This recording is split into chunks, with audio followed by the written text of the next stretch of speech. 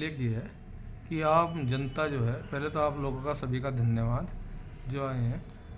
दूसरा कारण ये था कि आम जनता परेशान होने के बावजूद भी थाने की चक्कर काटती रहती है, प्रशासन और अधिकारी उनकी कोई सुनता नहीं और आखिर में मेरे पास आते हैं और मैं बड़े संघर्ष के बाद में उनमें से कुछ लोगों का कार्य हो जाता है, कुछ का नहीं होता।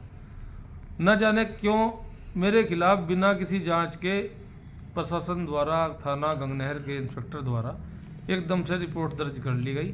ना मेरे से पूछताछ की गई, ना उसकी कोई जांच करी गई। अगर जो कोई भी आदमी थाने में जाएगा तहरीर लेके तो पहले उसे बता देंगे कि जांच करेंगे और अपने अधिकारी को व्हाट्सएप के द्वारा भेजते हैं। जब वहाँ से ओके होकर आती है तो उसकी जांच होती है और जांच होने के 15-20 या 1 महीने बाद में कोई FIR होती है। लेकिन मेरे खिलाफ ऐसा नहीं हुआ।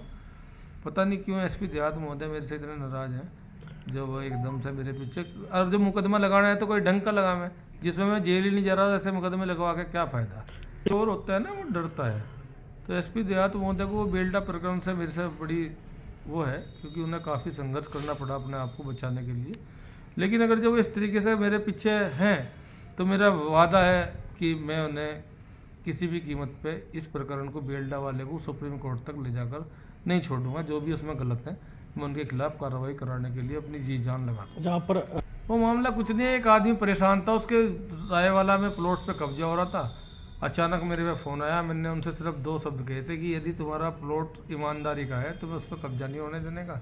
जब उनके 4-5 मेरे पे फ़ोन आ लिए तो मैं रायवाला गया, रायवाला थाने में जाके मैंने पुलिस को उस पर भेजा और कागज़ देखे उनके, और वो प्लॉट पे कब्जा नहीं होने दिया। उसके बाद में मुझे दिखाई दिया कि ये बुजुर्ग आदमी है, अकेला है, शादीशुदा, शादी उसने की नहीं, बच्चे उसके हैं नहीं।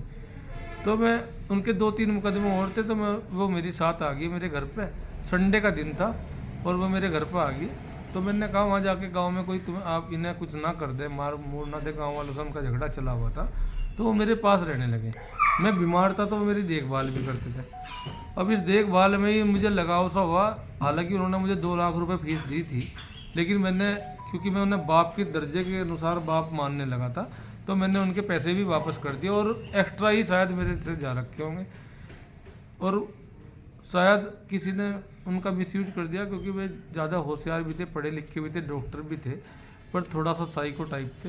मैंने काफ़ी बदलने की कोशिश करी पर वे नहीं बदले गए और किसी ने उनका मिसयूज कर दिया और उसमें FIR करा दी उन पर चढ़ के। लेकिन FIR में किसी आदमी ने उसमें संशोधन नहीं करा। इस तरीके से एक स्टोरी लिखी हुई है कि शायद पुलिस को पहले तो उसमें जांच करनी चाहिए थी, दूसरा हंसना चाहिए था और FIR दर्ज ना करके खुद ही उसे पढ़ने के बाद में समझ जाना चाहिए था कि ये क्या हो रहा है। आरोप भी 10 लाख रुपए का आरोप लगा, लेकिन कहीं 5 लाख बता दिए, कहीं बता दिए लखनऊ में मैं मान्य मायावती जी को देख आया 5 लाख रुपए उनसे लेके। मतलब कुल मिला के जिसने भी करा, किसी विपक्षी नेता ने कराया जिसे मेरे से खतरा है कहीं मैं लोकसभा के चुनाव ना लड़ूँ। नहीं, पहले तो मेरा 50-50 था, लेकिन अब 100% है कि मैं चुनाव जरूर लड़ूंगा और जो जिस औकात का है उसको औकात दिखा के रहूँगा। चाहे वो कोई भ्रष्ट अधिकारी है, चाहे वो कोई नेता है, मैं उसकी औकात उसे जरूर दिखाऊंगा।